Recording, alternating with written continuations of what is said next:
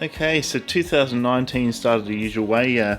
Tour Down Under was on in January, and I met up with WalrusRider.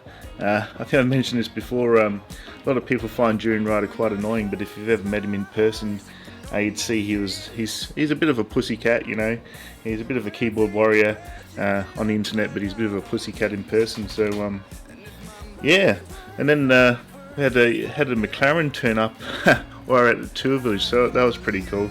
You can see the McLaren, I think it was a 675 from memory. I think you've got a picture of it there. 675 LT Spider, and that sort of took off the light, so it was a bit of a highlight down at the tour village, because you don't see them very often. You don't see the McLaren 675 LTs, that's for sure. And yeah, caught up with Peter Sagan. He was there with his Slovakian national championship jersey there, and yeah, everything was going pretty good, and even managed to get some footage of Sagan's bike when he had it leaned up at the Hilton Hotel there, and you see the specialised S-Works, and with the full disc. I think he ran a aluminium bike in the actual Criterium. But anyway, on with the story. I found out that they were giving away a Tacx Neo 2 smart trainer. I really wanted this because it was worth like about 1,900 Australian dollars, so really wanted it. And as you can see here, I ended up getting 6th place in the competition.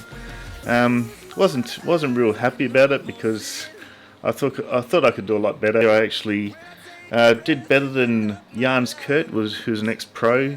He actually was put in a big effort. I did better than Robbie McEwen too.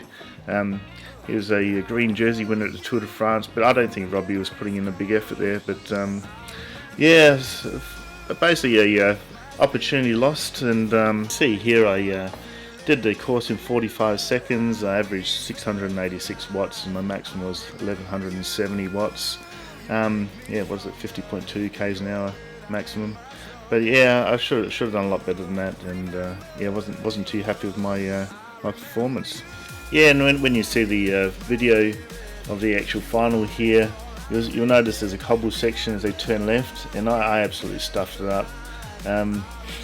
Also, I was on my seat the whole way, because I don't like getting off the seat on these trainers. So I'm quite heavy, and I just sort of feel like I'm going to break it. So I tend to just do everything in the saddle. Don't get off the seat, and so that's really a disadvantage to me too. And in the cobble section, you'll notice the guys that were in the final, they managed to power through that. They've changed the gears down, because I actually used a Scott bike, because my Pinarello is Campagnolo, so the levers are on the wrong side. So I was trying to teach myself to change the gears, but in the heat of the moment, I actually changed up on the actual rear cassette instead of changing down on the front chainring, and that's what put me into a complete standstill. And I just was looking down at the pedals and going, what the hell's going wrong here? I thought something had seized up, but I was just in the wrong gear, and that just totally stuffed up. I would have lost like 5 seconds probably there. So I don't know, it's all speculation. It's hard to tell where I would have ended up, but yeah, very, very wasted opportunity there, and I was totally like, even now I'm so disappointed with it, because it's such a great prize. I hope they run it again this year. But anyway, let's have a look at the final. You see the guys that have powered through. We have Matt King on the left, he was like a national time trial champion. I think he was from Northern Territory, races A-grade criteriums, which is like Cat 1 in the US. In the middle, we have a guy from the Netherlands who's like an under 23 champion. And on the far right, I think he's also an A-grader, and he's also good on Strava as well. So let's have a look at the final, and you'll see exactly what I mean about that cobble section. How everyone tends to just have to negotiate the best they can. The one who negotiated that the best actually won. I think if it was a straight out course, I probably would have cleaned up the course, but that really stuffed me up. I'm still absolutely shattered over it. It's a very good price. Okay, let's have a look at the final. Cheers. In 5, 4, 3, 2, 1, go! Acceleration goes down. It's all about the gear selection. Have a look at the cadence on the left-hand side. Bang! Straight up to 1,200 watts immediately. The yellow, that's pause. It's a long here. Putting the power down. Adam Bowie's getting lots of cheers. Matt King, a 41-second qualifier. Two round left-hander now. Onto the bottom of the line. Hill here. Get ready to conquer. Hill. The power's on it. You got it. Now, 30 kilometers an hour. Now, who's taking the win? The top step of the podium. It's on the left. Is it going to be Matt King? King deep, but on the inside line. Oh, how about that? King's the win on the left. Matt's force comes in second place. And it's all that Marta shouting. Adam Bowie in third. Ladies and gentlemen, big race tonight. For the Tacx Neo 2 Smarts, we'll go to Matt King.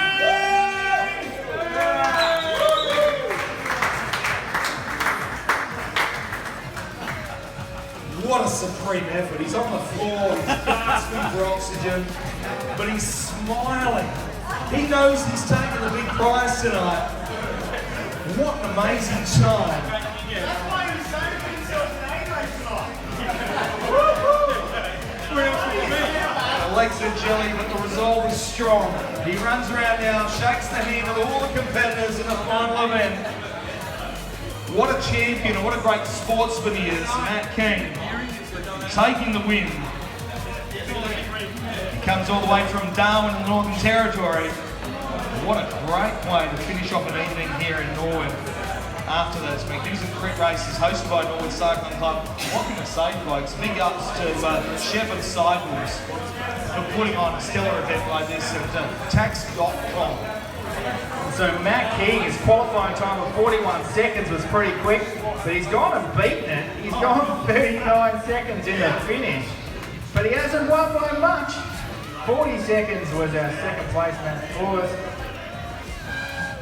56, absolutely fantastic effort.